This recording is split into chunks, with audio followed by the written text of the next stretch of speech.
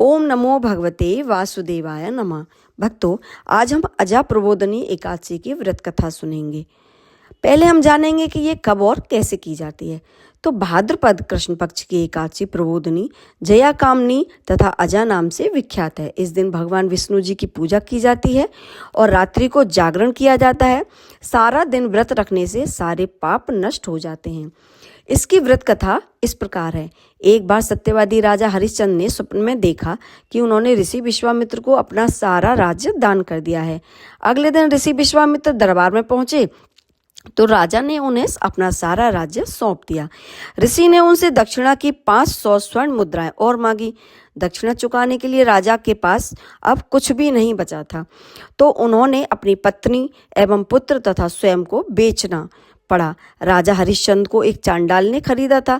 चांडाल ने राजा हरिश्चंद्र को शमशान में नियुक्त करके मृतकों के संबंधियों से कर लेकर शवदाह करने का कार्य सौंपा था।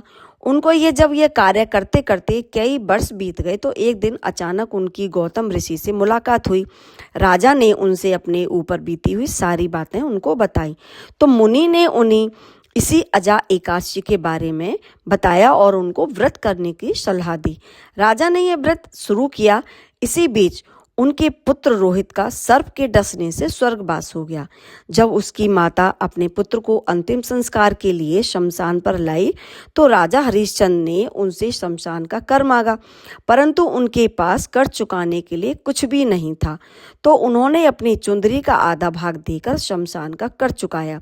तत्काल आकाश से बिजली चमकी और प्रभु प्रकट होकर बोले, महाराज, तुमने सत्य को जीवन में धारण करके उच्चतम आदर्श प्रस्तुत किया है।